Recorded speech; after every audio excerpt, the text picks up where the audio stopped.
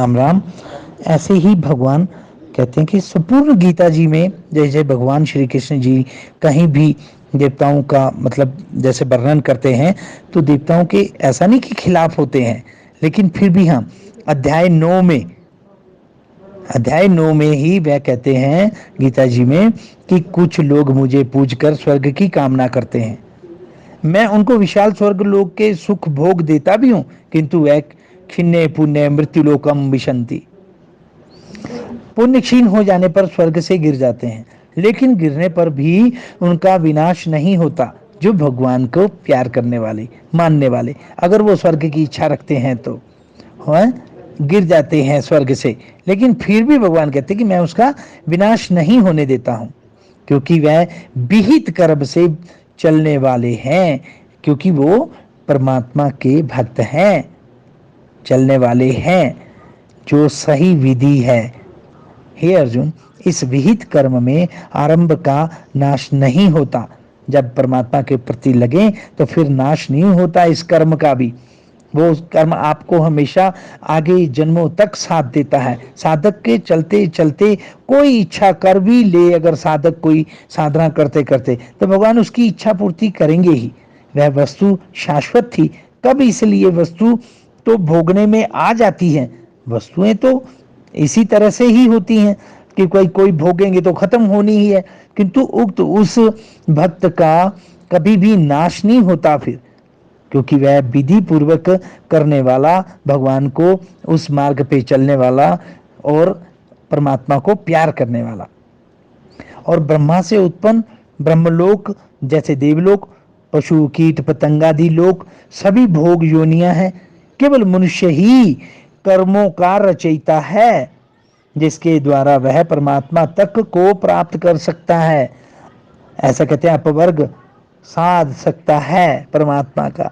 शरीर धारण के क्षेत्र में आप देवताओं से भी भाग्यशाली हैं। मनुष्य का ऐसा ऐसा कहते हैं कि बड़े भाग्य मनुष्य तन पावा सुर दुर्लभ, देवताओं से भी भाग्यशाली हैं। सुर दुर्लभ सदग्रंथ निगावा। जय श्री राम। राम राम। परम सिद्धि को प्राप्त होता है। राम राम।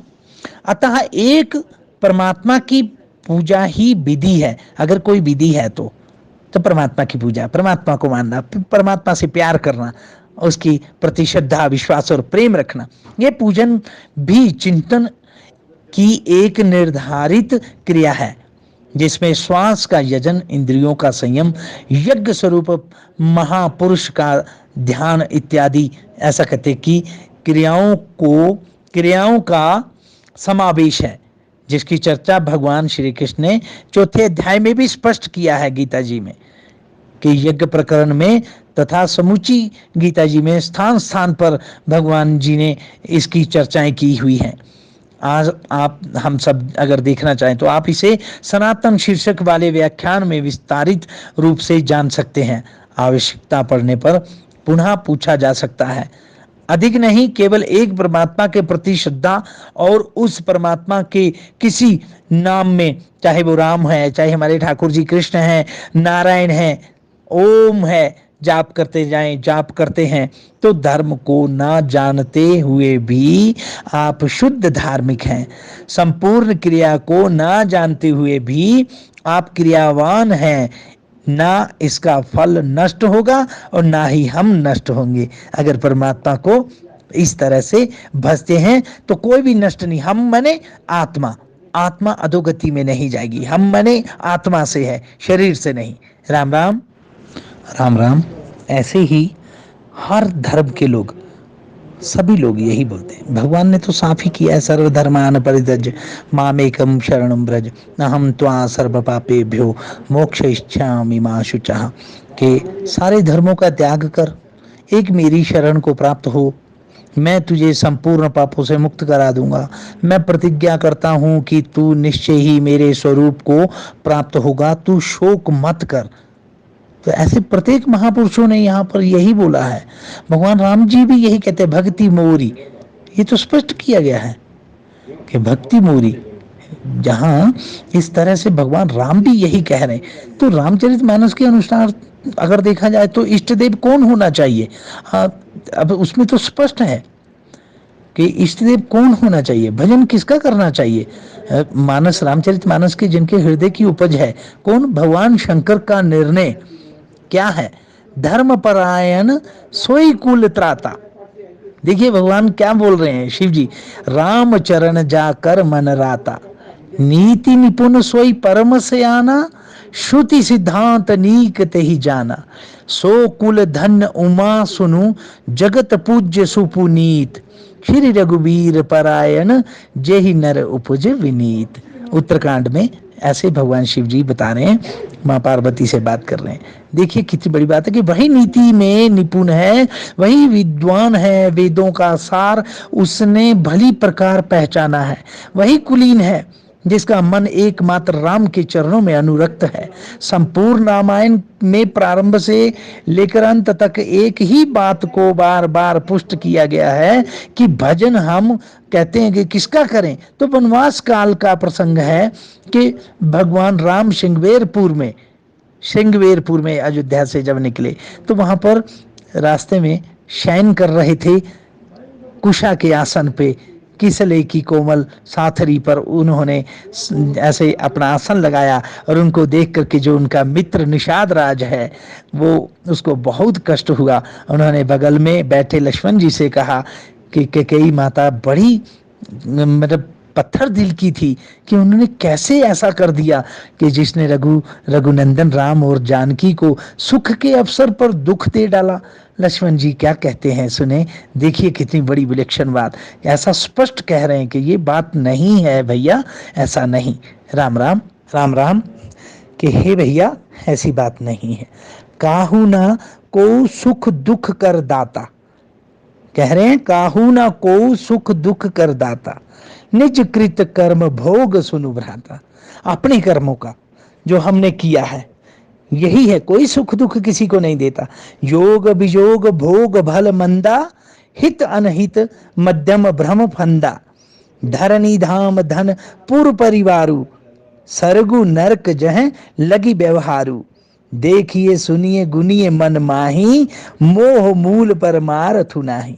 धरणी धाम धन पूर परिवार जन्म मृत्यु संपत्ति विपत्ति स्वर्ग नरक, इनके विषय में कहना सुनना गुनना मोह का मूल है। लोग स्वर्ग की कामना करते हैं, लोग स्वर्ग की कामना करते हैं तो वह भी मोह का मूल है, वह भी मोह का मूल है। परमार्थ का वहां प्रश्न ही नहीं खड़ा होता। तो परमार्थ है क्या, परमार्थ है केवल एक परम पुरुष परमात्मा का चिंतन, सखा परम परमार्थ एहु, ये बोला जा रहा है, लक्ष्मण जी बोले सखा परम परमार्थ एहु, मन कर्म वचन राम पद नेहु। क्या बात है, इस प्रकरण में बताया गया है कि स्वर्ग और नरक तक का व्यवहार मोह का मूल है, उद्गम है, और आप स्वर्ग के अधिकारी देवताओं की पूजा करके मोह से मुक्त होना चाहते हैं। ये तो कितनी विसंगति है, ये तो कभी हो ही नहीं सकता। तो इसलिए अगर हमने मोह से दूर होना है और हमने इस तरह से परमात्मा की शरण लेनी है तो फिर हमें श्रद्धा विश्वास और प्रेम प्रभु से ही करना पड़ेगा। राम राम, जय बद्री विशाल। राम राम।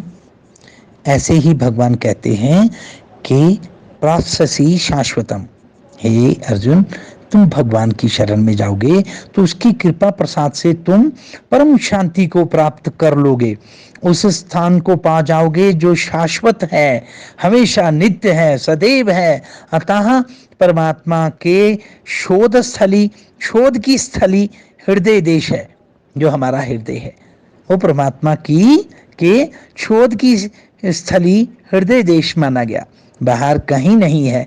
किंतु समस्या तो ये है कि वह हृदयस्थ ईश्वर आरंभ में दिखाई नहीं देता। हृदय वाले ईश्वर की शरण जाएं तो कैसे जाएं? तो अगले ही श्लोक में भगवान कहते हैं, अर्जुन गोपनीय से भी अति गोपनीय एक बात और मैं तुम्हें सुनाता हूं, सुन भला वह गोपनीय बात है क्या। अब सुनिए, देखिए गीता जी में कितना स्पष्ट कर दिया है कहते हैं मन मना भव मद भक्तो मदाजी माम नमस्कुरु मामे वेश्यसी सत्यम ते प्रतिजाने प्रियोसी में। अर्जुन, तू मेरे में अनन्य मन वाला हो। हे अर्जुन, तू मेरे में अनन्य मन वाला हो, मेरा अनन्य भक्त हो, मेरे प्रति श्रद्धा से पूर्ण हो, विश्वास रख और प्यार कर, मेरे को नमन कर, मेरे द्वारा निर्दिष्ट कर्म को कर, जो मैंने कर्म निर्दिष्ट किए हैं, बताए हैं, उन कर्मों को कर। ऐसा करने से तू मेरे को ही प्राप्त होगा। कितनी अच्छी बात भगवान बोल रहे हैं। उसके बाद भी हम क्या कर बैठते हैं।